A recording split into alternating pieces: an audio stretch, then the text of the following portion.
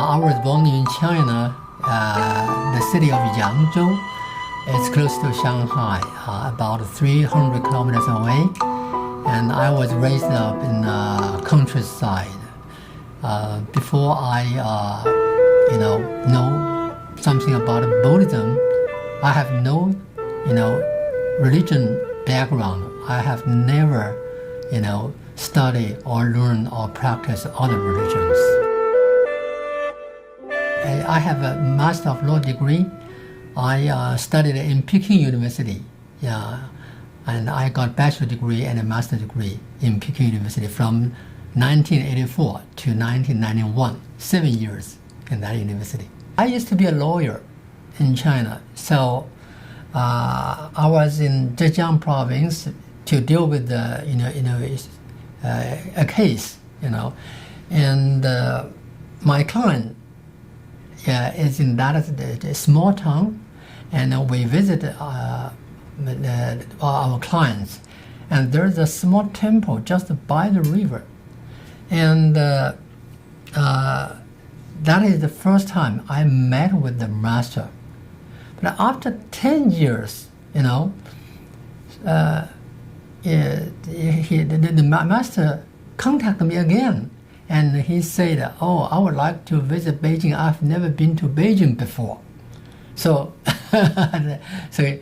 I said, "Okay, you are more than welcome to visit Beijing. I can accommodate you. I can pick you up at the train station." So the master lived in my apartment for 1 week, and he told me something about Buddhism, and I realized that Buddhism is not as I imagined it before. They have some, they have some wisdom in it. So I began to learn, I began to explore, and I began to visit many masters all over China, and also I went to Taiwan to learn from them, to ask questions. At the very beginning, I had no interest to learn something more about Buddhism, because before, when I was in high school, when I was in university, some people told me that religion is not good things. So I just want to stay away from religions. But when the master came to Beijing and he told me something about Buddhism, I found that things is not as I imagined before. The first thing I learned from Buddhism is that the master told me the goal of Buddhism are two things. One is be free from some bad things. For example, you have to you don't have to worry about something. The second thing is that you can have much more wisdom. These two things, I love it. So, I began to study. I have been practicing Buddhism for more than 20 years. So, in the first 10 years, I read a lot of books. I visited many masters and asked questions, learned from them. But I still find that it is very difficult for me to break through. And finally, I got a chance to live in a temple in Taiwan. I concentrate myself. I forget about anything else. I just concentrate myself, and suddenly I realized something.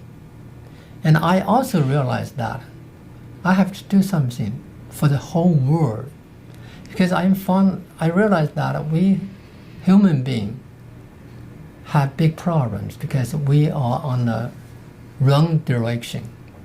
So when I came back from Taiwan, I meditated a lot, and many times at the end of my meditation, something came to my mind. It was a new idea. It's an excellent idea. about our human society's future and how to solve the problems. So in 2014, I established a foundation in China. I wanted to promote something. And in 2017, I wrote a book. It was also published in Taiwan. In my book, I summarize the essence of Chinese traditional culture. I summarize what's the fundamental problems of our human society. And I also proposed some solutions to those problems. And I made up my mind to pray for people all over the world since that time.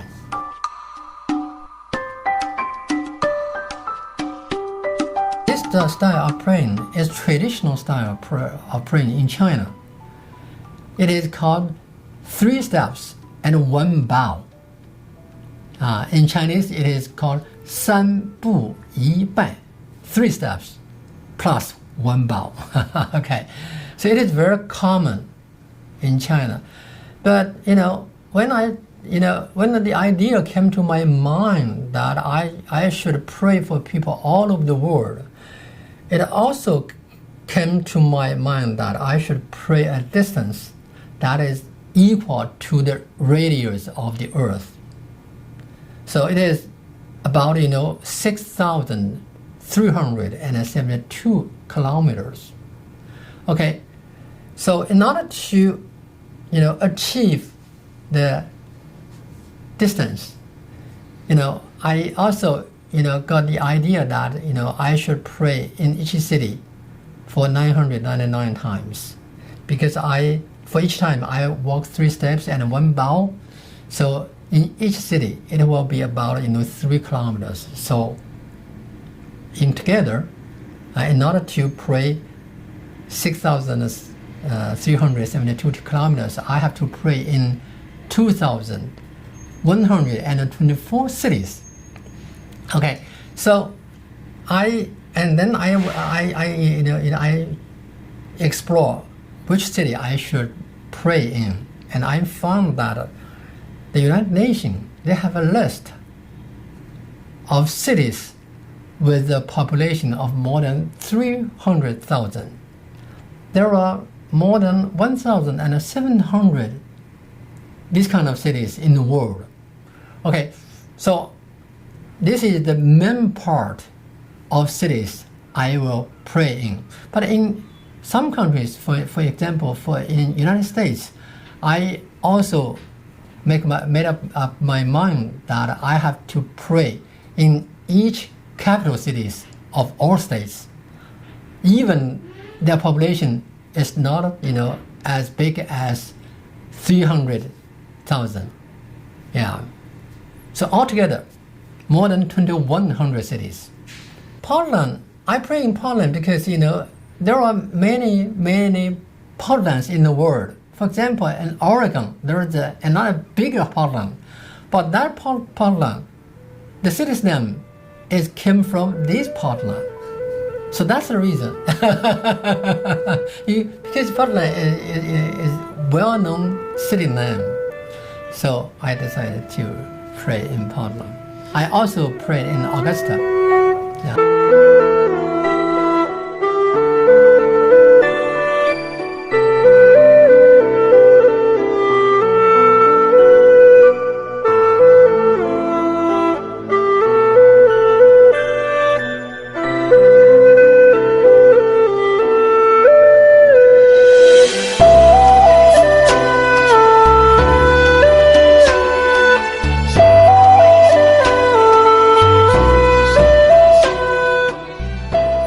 I have been to nearly 50 countries all over the world in 6 continents, like China, India, Australia, Egypt, Ethiopia, Somalia, Brazil, Bolivia, Chile, Singapore, Thailand, and many European countries. Of course, United States and Canada and Mexico. I also prayed in Greenland, Iceland. I also prayed in Tromsø in Norway. It's within the Arctic Circle. I studied in April the 1st, 2018. This whole mission will take more than 21 years to accomplish.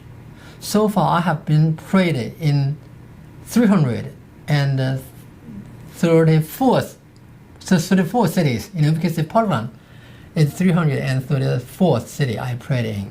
So in this city, I have accumulated 1,000 kilometers of praying on road. It will be done in 2039. Still 18 years left. When I get done, I will be more than 73 years old. When I was in Ethiopia, there was a civil war there. People, they killed each other. And when I was praying on road, I was got by some armed people. They pointed a gun at me, but they cannot speak English. I cannot say local language, but I understand that they want to take me away. So I just, follow them, one per person leading me, and the other person, hold a gun and at me. Okay, they took me to their camp, a huge camp, and fortunately, the commander, very tall, very strong man, he can speak English. Okay, I told him what I was doing, and he asked, "Wow, because the pandemic is so serious, why I was daring to pray all over the world? Why I was still traveling all over the world?" Okay, I told him I wanna pray for people. I don't wanna stop. And finally, he said, "Okay, you are a good person." So he just let me go.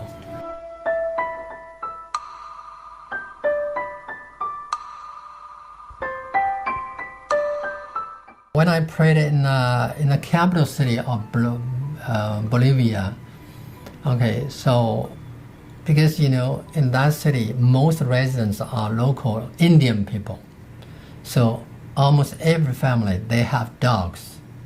So the day I went to pray, several dogs they just came to me and bark, and one dog and two dogs bite me, and I got bleeding on my left legs, and finally a young man came up and he helped me to get the dogs away. And I had two options at that time. One option is go to the hospital right away, and the other option was to continue with my praying. But a voice from my heart said, "It's okay, you can continue." So I just continue pray. After I finished praying, several hours later, I feel my left leg was paralyzed. But because I'm a practitioner of Buddhism, I know how to deal with this situation. So I just sit down and meditate for hours. I remember maybe when I meditated for about 2 hours, the paralyzed, just disappearing. Everything is okay, and I know, no problem at all. When I pray on road, it's kind of you just like you lost yourself. You are not doing anything. So you will never feel, too tired. But in some cases, for example, the temperature is too high, it is difficult for me. But for today, for example, today the temperature is not very high. Okay, it's more comfortable. So in this weather, in this situation, I just feel like I lost my body. Now I have immersed with the whole universe. So I just I don't look around. I just let it be. Things like that. I pray for three things. First, I pray for people's happiness and self-improvement. Second, I pray for thoughts, ideas to be communicated and integrated. Third, I pray for the human society to be on virtuous cycle of development. I pray for these three things. When I pray, first I count the number because I pray 999 times. So from 1 to 999. So I count the number. But at the same time, especially when I bow and I touch my forehead on the earth, I pray. I recite these three prayers in my heart. I go to 100 cities all over the world each year, and in each city I spend 3 days. First day to arrive, the second day to find a road that is about at least 3 kilometers long, and the road condition is suitable for praying. And the third day to pray. Yeah. So in each city I spend 3 days. So in total I spend more than 10 months on road every year. Basically, I don't have enough time to accompany my family, and I don't have time to earn money. Yeah. But I learn a lot from traveling, from communicating with local people, because in order to save money, I usually use Airbnb. I live in residence instead of hotel. Because living in residence give me opportunity to make food by myself. So that is also good for me to reach local people, to see their real life, to communicate with them, to know what they are thinking about. So I learn a lot of things from this experience. It is a good way to practice Buddhism, because you have to face many challenges, language barrier, cultural barrier, and many difficulties. You have to keep your heart, calm. You have to keep your calm to deal with all these kind of things. So it is not just learn from book. We learn from the real life. So it is very important for our Buddhists to learn from life, real life, not only book. So I think this travel experience gave me very good opportunity to learn from real life. At the same time, because I also have something in my mind. I was thinking, what's the problem of our human society? How can we solve the problem? Before I start praying, I already have some idea in my mind, so I wrote those things in my book. But I have to go to everywhere, go all over the world to communicate with people, to talk to people, to tell them my idea and get some feedback from them to improve my idea. So it is very helpful. The most important thing I learned that people's idea, people's mind or people's thought is just like the world we live in. The world has 3 dimensions. 1 dimension is a line, 2 dimension is square, 3 dimension is cube. So we can find that things happened in higher dimension is difficult to be understood for lower dimension. For example, there is a basket with some apple in the basket. If we want to take out the apple from the basket, it is very easy in 3 dimensions. We just, put our hand in and get apple out. But it is difficult or impossible for 2 dimensions because on square, if you want to get the apple out from outside the basket, the brim, it is not impossible unless you break the brim. Okay, I learned that, I realized that our human beings, thought, okay, also have dimensions. So I use the thinking level to describe these kind of things. The first level of think, the formula is that if it is A, it must not be. For example, we can say Portland now is daytime. When I say it is daytime in Portland, it must not be nighttime now. So you only have one. You have to choose one. This is the first level.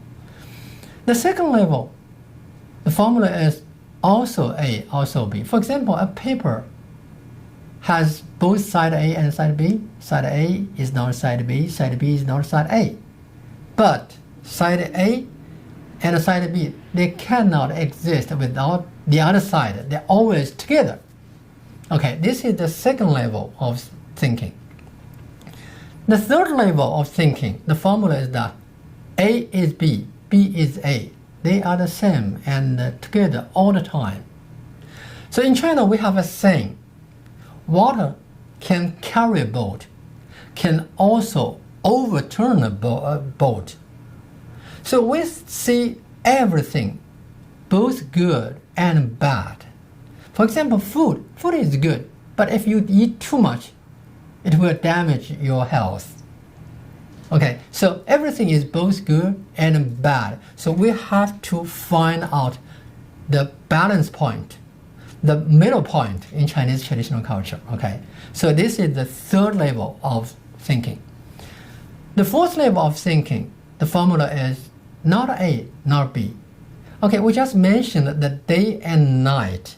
Okay, it is important for Earth, for our human being, also for other livings on the Earth. But if we ask, is it now day or night in solar system, in galaxy, or in the whole universe, we have no answer. Because day and night are phenomena of planets that are rotating by themselves. So everything has a scope. Day and night is in the scope of planet rotating by themselves. If we jump out of this scope, if we leave this scope, these kind of things doesn't exist. We cannot talk about it. So this is the fourth level. So I think our human beings, many of our human beings' problems are caused by lowest level of thinking. We have to move up. We have to take advantage of higher level of thinking to solve our social problems. Practicing Buddhism, especially meditation, will help you to realize, to achieve higher level of thinking. It is very important.